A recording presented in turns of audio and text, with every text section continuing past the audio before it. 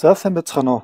Өнөөдрийн хичээлээр ҮЙЛ ҮГ-ийн хувирлуудын талаар оруулахаар боллоо. Өмнөх хичээлүүдээр нэр үг, авиа зүү, ҮЙЛ ҮГ гэдэг явсан. Өнөөдөр бол одоо энэ ÜЙЛ ÜГ-ийн үргэлжлэл болгоод хувирлуудын талаар хичээл оруулах гэж бодлоо. Тэгээ ойр нэг хэсэг хугацаанд хичээл оруулсангүй жоохон бас өөр юм дээр жоохон сатаарлаа л да. За тэгэхээр ÜЙЛ ÜГ-ийн хувирал хоёр янзаар байдаг. За энэ хоёр янзын хувирлыг яаж нэрлэдэг вэ гэхээр нэгийг нь инфинитив гэж нэрлэдэг.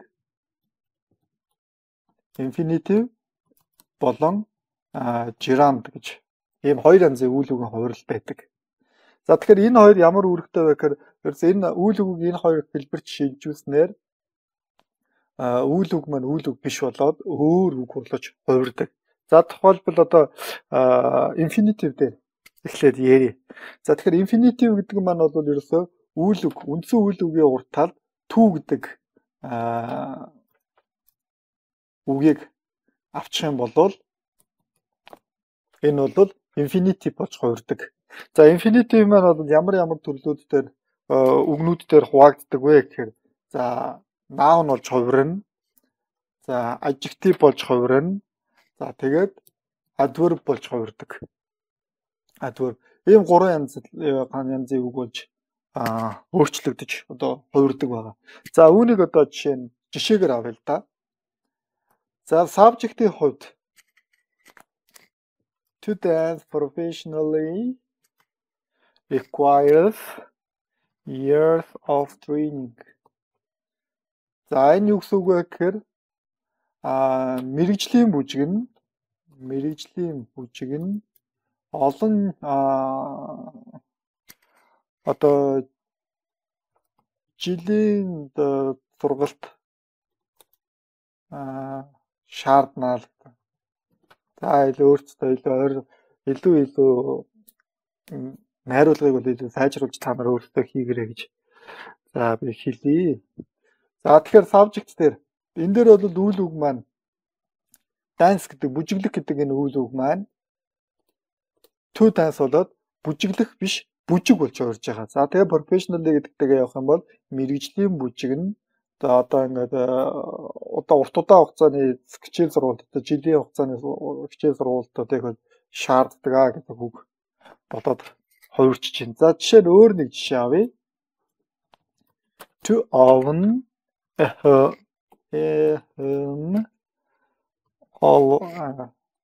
has always been part of the Mongolian dream. За own гэдэг нь бол эзэмших гэсэн үг. За тэгэхээр энэ дээр бол эзэмшдэг болоод өөр нэр үгтэй нийлээд миний эзэмшдэг байшин гэх юм уу та тий эзэмшдэг байшин маань Монголын мөрөөдлийн нэг хэсэг юм аа. Дандаа мөрөөдлийн нэг хэсэг болсон гэдэг юм тий. За иймэрхүү утгыг илэрхийлээ явчихна. За нөгөөх нь subject complement гэдэг байгаа. Subject complement. За энэ дээр болохоор subject complement гэдэг та хичээлийн талаар бол noun-ы хичээл дээр бол илүү тодорхой явсан байгаа. Тийм учраас тэр хичээлээ хэрвээ дахин сэргээх бол түүнийг хараарай. Ер нь бол to be ÜЙЛ ÜГ-ийн артлт орж байгаа object-ийг бол subject complement гэж нэрлэж байгаа. За тэгээд to purpose of committee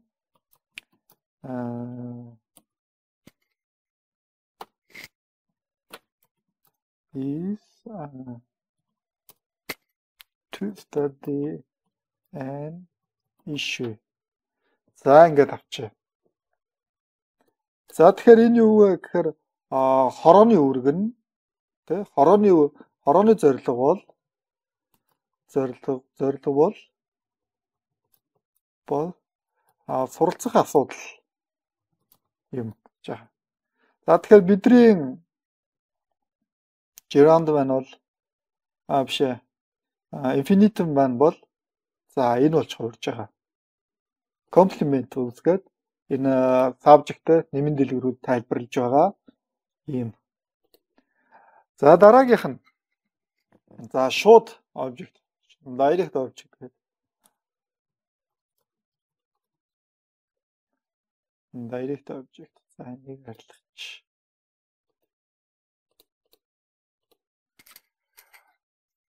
За тэгэхээр энэ дээр нэг жишээ авъя. Some babies begin to walk at the age of 9 months. За тэгэхээр энэ дээр зарим одоо нялх хүүхдүүд 9 сартаагаас алхаж эхэлдэг. За алхаж гэдэг яг ингээд алхах гэдэг үйл үг орцсон юм шиг боловч орчуулагдж байгаа боловч энэ маань өөрөө болвол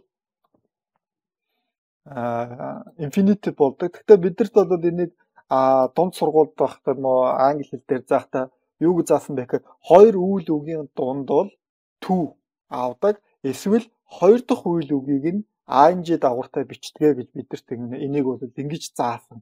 Гэхдээ энэний яг бүх юмн дээр бол ингэж хэрэглээд байхгүй. Тэгэхээр энэ цаашдаа дахиад гарна. За дараагийнх нь adjective. Adjective-ээр хэрэглэе. The echo has the ability to see in the dark. За эргэс нь шүн харах чадвартай. Энд бол харах гэдэг үгээр л орчуулагдж байгаа. Гэхдээ биднэрт бол энэ бол infinitive болж орж ирнэ. За adjective complement. За adjective гэдэг маань бол тэмдэг нэрийг хэлж байгаа. За энэ дээр би оруулчихъя. Нэр үг, тэмдэг нэр, дайвар үг. За. Many people find it convenient to shop online.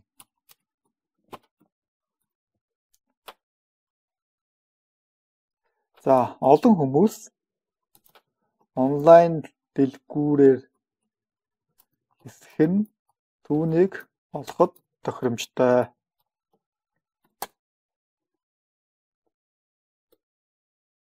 За бидний infinitive бол энд байна. Өөрөөр хэлбэл энэ it complement гэдэг утгаараа бол it гэдэг энэ object-ийн ард орсон байгаа. За дараагийнх нь adverb. Дайвар үг. За энэ дээр энэ жишээг авъя да. To focus on an images photographer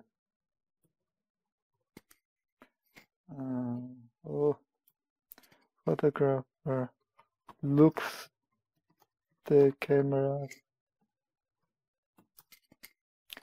viewfinder. За viewfinder гэдэг нь бол зургийн аппаратны нэг шагааж хардаг тэр хэсгийг бол хэлж байгаа. За тэгэхээр энд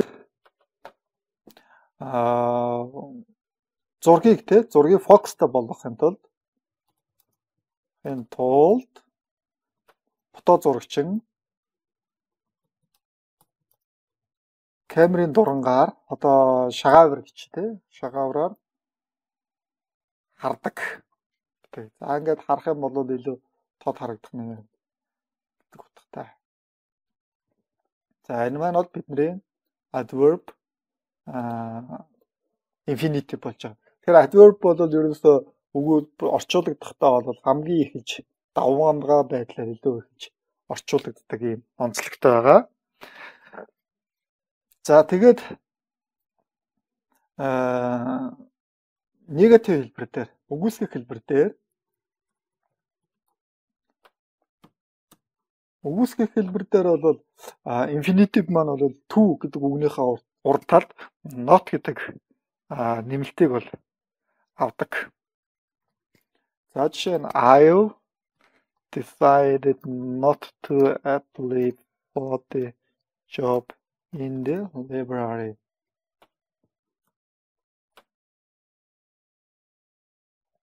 자, B. номын сангийн ажилд одоо өргөдлөхгүйгээр материал одоо за apply хийнэ гэдэг материал өгдөг шүү дээ тий. Одоо материал бүрдүүлэхгүйгээр шийдсэн бичээ. Яг уу шүү.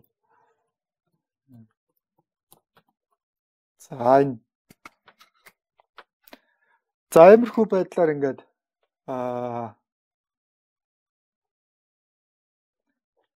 жиран ёо инфинитивийн өмнө урд талд нутгийг авч үүсгэх хэлбэр дээр бол бичдэг байгаа. За тэгвэл хэрвээ олон инфинитив орвол яах вэ? Олон тоон дээр олон инфинитив орох юм бол бид нар одоо энийг яаж бичих вэ гэхээр за тэгэхээр deliver manage to process proteins to produce bile and to cleanse the blood. За ийм байдлаар өөрөөр хэлбэл ингээд infinitive болгоны урт талд үйл юу to авч болно. Эсвэл deliver manages to process proteins, produce bile and cleanse the blood. За иймэрхүү байдлаар бас бичиж болно. За дараагийнх нь causative. Causative дээр causative буюу бусдаар үйлдвэрлэх хийгээд үйл үгийн хичээл дээр бол энэ бол яригдсан байгаа. За тэгэхээр энэ дээр бол ерөнхийдөө ямар үйл үгийн урт талд бусдаар үйлдвэрлэх үйл үгийн урт талд хэрэглэгдэх вэ гэхээр get help гэдэг энэ хоёр үйл үгтэй бол хамтдаа хэрэглэдэг. За жишээ my uncle always gets me to laugh at his corny jokes. За дараа нөгөөх нь the World Bank helps member nations to develop their economies. За энэ дээр help causative-тэй холбоотой үед бол to гэдэг үгийг шууд хэрэглэхгүй байж болдог. Member nations develop their economies. Энэ хоёр бол утгын хувьд бол хоорондоо яг ижил байгаа. За энэ дээр гол юмнуудаа үгнүүдтэй тодтогчээ.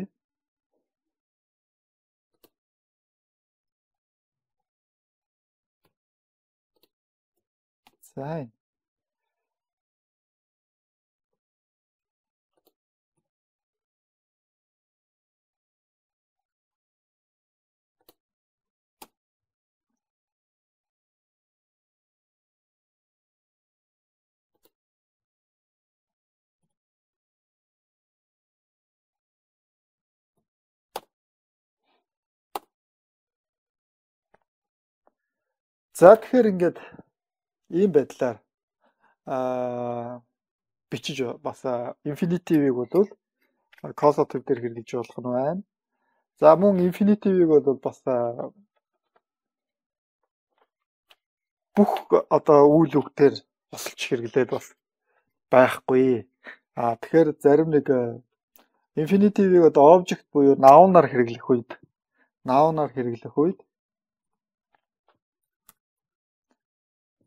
TS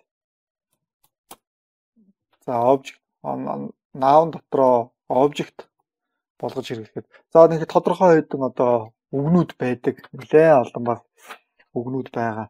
За тэгэхээр тэр үгнүүдийг би энэ дээр хичээлийн төгсгөлд энэ файлыг оруулахдаа бүрэн гүйцэд бүгдийг нь бичээд оруулчихсан байна. Sheet 2 3 гээд үүсгээд ер нь тийшээ үүсгээд оруулчихна.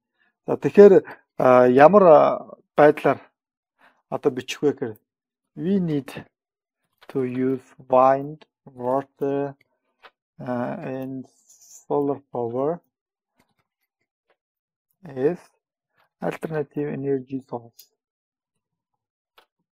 За энэ дээр бол энэ need гэдэг ийм үйл үг байна. Энийний ард энэ infinitive-ийг хэрэглэдэг. Тэгэхээр одоо яг иймэрхүү төрлийн үг бол нэг ойролцоогоор нэг 40-50 орчим үгнүүд байгаа. Нэг 50 орчим үг байгаа. Тэр яг энэ 50 орчим үгний арталд л дандаа infinitive хэрэглэдэг. За тэгтээ шууд залгадаг. Тэгтэл бас шууд бус залгадаг юунууд бол бас байгаа. За жишээ нь my grandfather taught my uncle to drive a tractor when he was ой. За энийг орчуулгыг нэмчихье. Бид өөр энергийн их үүсвэрээр салхи ус нарны хүчийг хэрэглэх хэрэгтэй.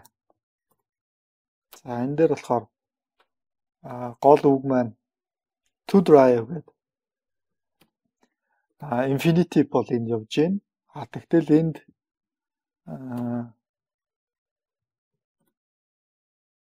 object орж ирж байна. Өөр одоо indirect object тийм үү, шууд бус object орж ирж байна. Энэ дээр бидний нөгөө нэг үйл teach заах гэдэг үйл үг. Тэр миний өвөө аваг ахыг 12 настай байхад трактор жолоодохыг заасан. За ингээд орчуулж байна. Тэгэхээр гол объект нь бол трактор жолоодох. Тэгэхээр энэ миний өвөөд аваг ахад гээд шууд бас юу заасан бэ гэхээр шууд трактор жолоодохыг заасан гэдэг. Тэгэхээр энэ хоёр үйл үгийн дундуур indirect object бол оруулдаг байна. Гэхдээ энэ бас тодорхой хэдэн үйл өгүүд байгаа. Нэг ойролцоогоор нэг 20 орчим. Түрүүний 50 үйл үгийн 20 орчимд нь бол энэ хэрэглэгддэг байгаа. За тэгэхээр би энийг бол одоор тэмдэглээд ингээд ойлгомжтойгоор оруулчихнаа. За тэгвэл infinitive-ийг adjective-аар хэрэглэх ийм үйл өгүүд бас байна. Бишээ. Fish after. Тодорхой adjective-уудын дараа infinitive-уудыг одоо хэрэглэдэг байна. За жишээ нь project plans must include the steps that are necessary to achieve success. За энд бол бидний infinitive байна. Энд болохоор adjective байна. За тэгэхээр төслийн төлөвлөгөөнд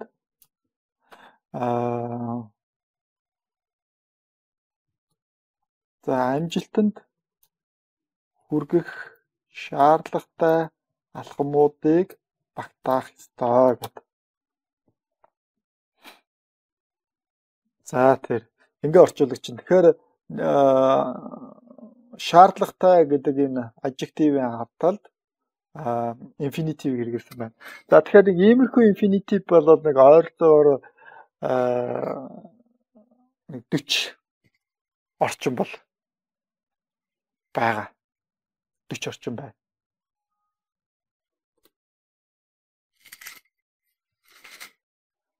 За тэгэхээр infinitive бол noun авж байгаа тохиолдолд бол for гэдэг юуг хэрэглэдэг. Угтуур үгийг хэрэглэдэг. Өөрөөр хэлэх юм бол одоо жишээ нь энд үйл үг болон infinitive хоёрын хооронд нэр үг indirect object орж ирсэн. Түүнтэй адилхан adjective болон infinitive хоёрын хооронд object орох юм бол object-ийн урд талд for гэдэг угтар үгийг хэрэглэдэг байна. Жишээ нь it is very important for everyone to remember the rules of the game. За тэгэхээр энэ бол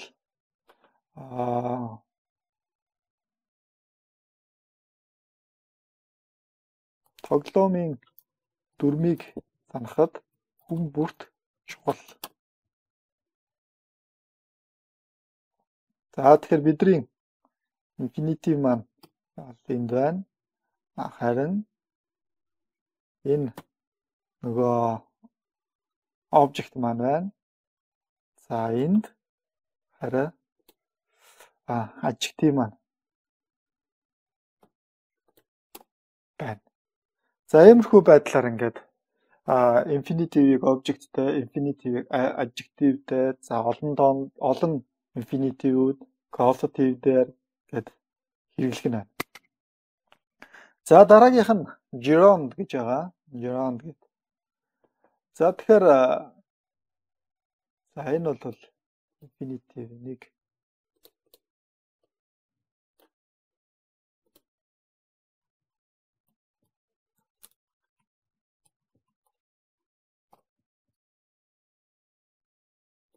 энэ бол infinitive.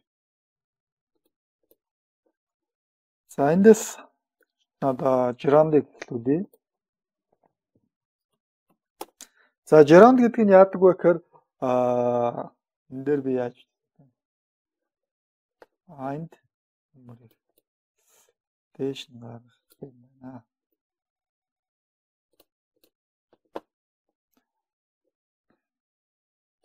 За ÜЙЛ ҮГ дээр анж дагаврыг нэмээд зөвхөн нэр үгийг үүсгдэг. Зөвхөн нэр үгийг үүсгэдгээр энэ бол infinitive-тэй ялгаатай. За тэгэхээр мэдээж нэр үг маань subject, object гэсэн хоёр янз байгаа. За subject-аар яаж хэрэглэгдэх вэ гэхээр adapting to change is necessary for survival. За өөрчлөлтөд дасан зохицох нь амьд үлдэхэд чухал.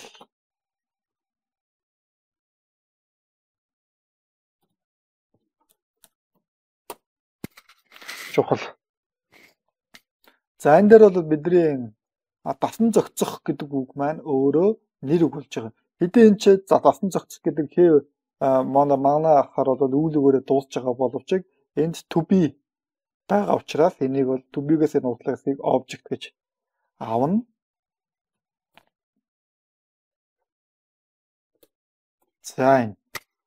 За subject-ээр авах юм бол ингэж авах. За тэгвэл subject complement.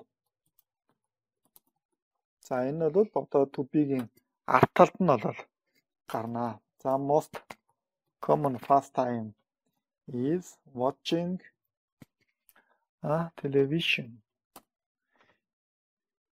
За энэ дээр сайн анхаарах зүйл бол бидний энэ gerund маань бол за энд байна. Тэгтээ бидний эндээс харах юм бол present continuous цагаар бичсэн юм шиг бас харагдаж байгаа. Гэхдээ энийг бид нэр утгачлж орчуулах юм бол тэргээр орчуулах ерөөсөө болохгүй л дээ. Хамгийн нийтлэг 6 цэнгэл бол зурагт үзэж байна гэдэг. 6 цэнгэл зурагт үзнэ гэж ерөөсөө байхгүй.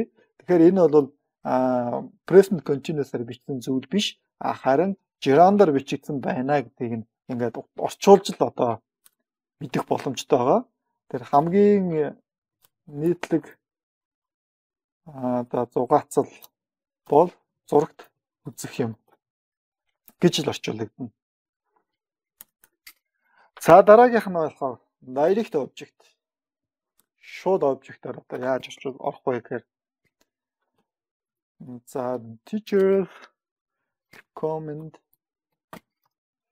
Writing an outline for essay.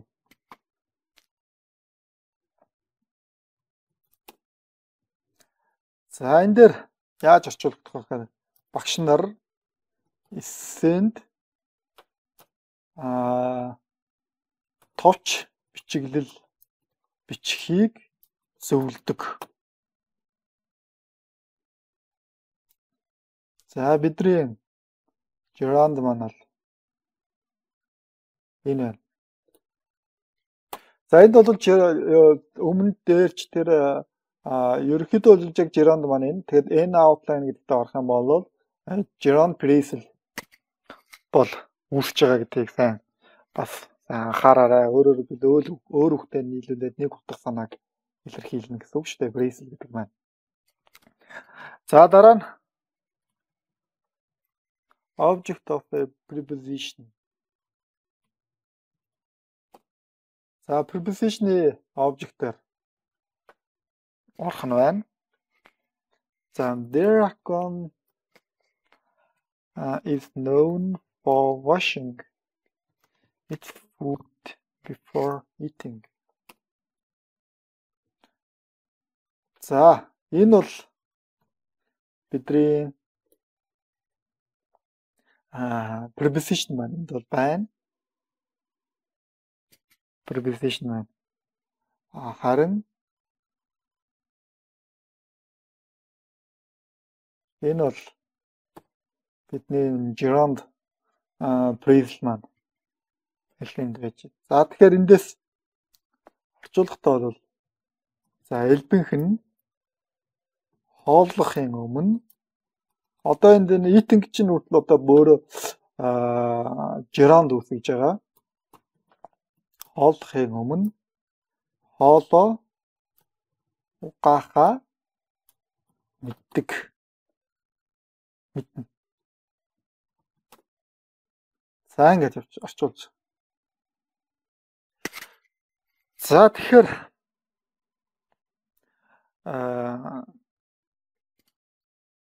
gerund-ийн хувьд бол ерөөхдөө ийм байдаг. Гэхдээ gerund-ыг бол зөвхөн тоологддгүй нэр үгтэй холбож хэрэглэдэг. Жишээ нь одоо food энэ дээр бол одоо food гэдэг тоологдохгүй, товч бичгийг тоолохгүй, телевизийг тоолохгүй, өөрчлөлтийг тоолохгүй, тоолж болохгүй нэр үгүүдтэй нэр үг болгож одоо болж хувирдаг. Нэгсэндээ угаах гэдгийг бол яаж ч юм тоолж чадахгүй, бичлэлт гэдгийг бол тоолж чадахгүй. Тэ дахиад ингээд залруулаа хэлэхэд за үзэх гэдгийг бол үзэлт гэдгийг бас тоолж чадахгүй. Ерөнхийдөө бол ийм тоолох боломжгүй ийм тохиолдолд бол gerund-ыг бол хэрэгэлдэг. Тэгтээ хэрвээ тоолдог үйл үг хэрэглэх болох юм бол тоолдог болж хувирах юм бол түүний урт талд тоолдог нэр үг болж хувирах юм бол өмнө D article аваад түүнийг тоолдоггүй болгож хувиргах хэрэгтэй байдаг. За дараагийнх нь. За gerund-ыг за энэ дээр би нэг жишээ юуны жишээ авчи та.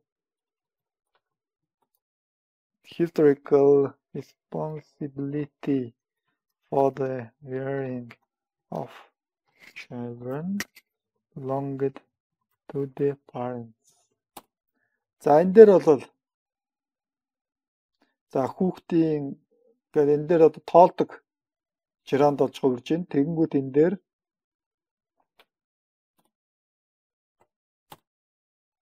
D article аваад нэг бол тоолдоггүй болгож хувиргаж байна. За тэгэхээр одоо цаг их хомс байгаа учраас за gerund as object. За object-ээр хэрэглэдэг gerund-ууд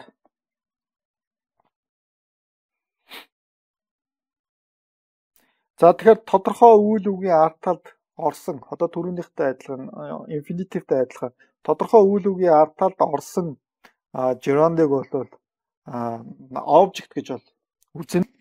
За энийг би бас мөн бол оруулчихнаа.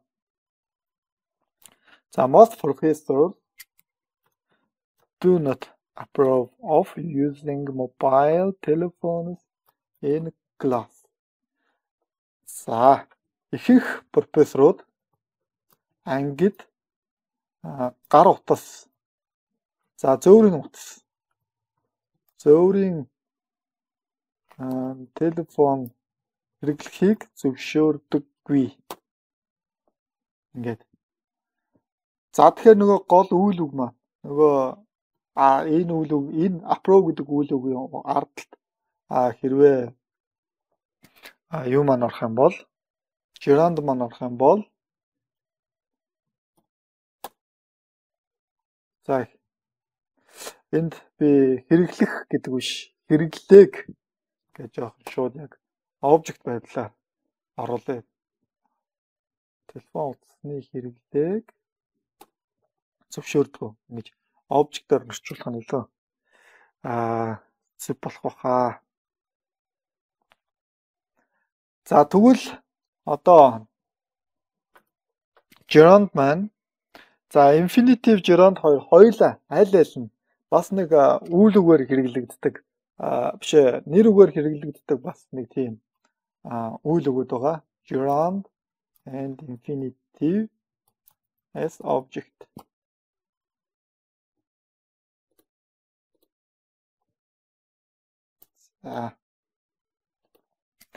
За энэ бол бас нэг тодорхой нэг хэдэн үйл өгöd байгаа. Гэхдээ их цөөхөн байгаа. За people started to build skyscrapers in the 19th century. За эсвэл people started building skyscrapers in the 19th century. За энэ хоёр бол яг хоёлаа ижилхэн орчуулагдана. Орчуулгын хувьд бол ижилхэн орчуулагдана. Харин за энэ үйл өгöd дотор бас одоор тэмдэглэсэн бас нэг зарим нэг үйл өгöd бол байна л да. Тэгэхээр энэ үйл өгүүдийн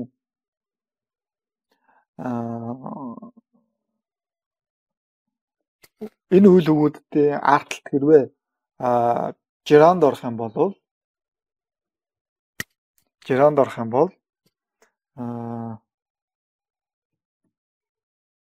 дээр би нөө s дагавруудыг аваад маа. Gerund нь орох юм бол нэг утгатай infinitive нь орох юм бол бас нэг утгатай болж өөрчлөгддөг. За to feed the dog. За энэ нэг утгатай. Must be feeding the dog. За энэ дээр бол энэ хоёр бол хоёулаа ижилхэн утгатай.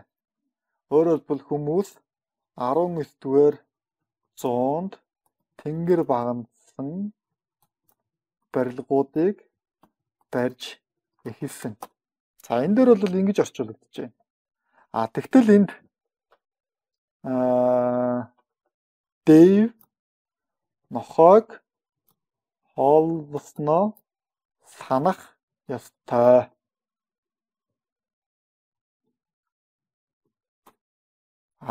Энэ дээр болохоор Дэйв нохойг хооллосноо санах ёстой.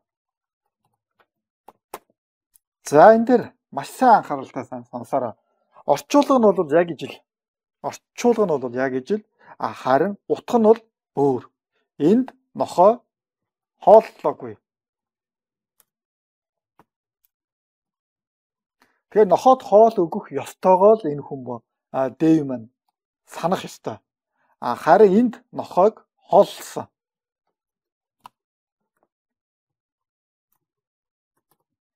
Тэгэхээр өөрөөр хэлбэл дээдлэгтэр нь бол эхнийхтэр нь бол ерөөхдөө нохойг хооллох ёстойгоо санах ёстой бол харин хоёр дахьт нь нохойд хоол өгсөн эсгээл санах ёстой. Нэг нь өхийн өмнөх санах ёстой, нэг нь өгсний дараах санах ёстой гэдэг. Ийм хоёр утгын бол ялгаа байгаа. Орчуулга нь бол ерөөсөө ямар ч ялгаа болоод байхгүй. За тэгээд эцэст нь хамгийн сүүлд нь хэлэхэд за infinitive gerund хоёрыг бол use гэдэг үйл үгтэй хэрэгэлдэг. Гэхдээ энэ үед ямар үед энэ үгийг хэрэглэх вэ гэхээр багаж төхөөрөмж, материал,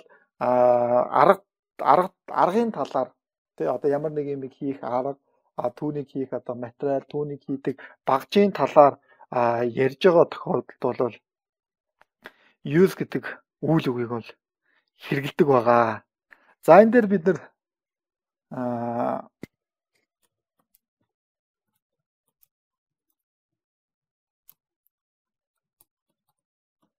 за энэ дээр нэг хэд хэдэн жишээ оруулъя. За a centrifuge is used to separate particles from a liquid. A centrifuge is used for separating particles from a liquid. За энэ дээр нэг анхаарах юм нь гэвэл юуны хувьд бол infinitive-ийн хувьд бол үйл үгээр used гэдэг үгийн used гэдэг үг болон infinitive хоёрын хооронд ямар нэгэн хавчуурга бол байдаггүй бол харин gerund-ийн хувьд use болон gerund хоёрын хооронд for гэдэг энэ хавчуургыг бол нэмж авдаг. Орчуулгын хувьд бол ерөөсөө хоёлаа ижилхэн орчуулдаг. Centrifuge нь шингэнээс жижиг биетийг салгахад хэрэглэгддэг. Болоо. Ингээл орчуулагдаад байна чинь. Ерөнхийдөө бол орчуулга нь бол хоёлаа ижилхэн. Гэхдээ анхаарах зүйл нь tool, material, method. Энэ хэдийн талаар ярилцаж байгаа, энэ хэдийн талаар бидний одоо хэлэлцэж байгаа тохиолдолд харин use гэдэг үгийг use-ийг gerund infinitive-тэй хэрэглэдэг байна. За ингээд gerund infinitive гэдэг үйл үгийн одоо хамгийн гол хоёр одоо утга өөрчилж хувирдаг хувирлын талаар өнөөдрийн хичээлд орууллаа. Тэгээ энэ хичээл таалагдах юм бол болон цаашдын хичээлүүдийг одоо цаг алдалгүй олж үзэхэд үзье гэвэл видео дээр минь лайк дарах мөн subscribe YouTube-ийн subscribe товчийг дараарай. За ингээд өнөөдрийн хичээл дууслаа. Дараагийн хичээл хүртэл баяртай.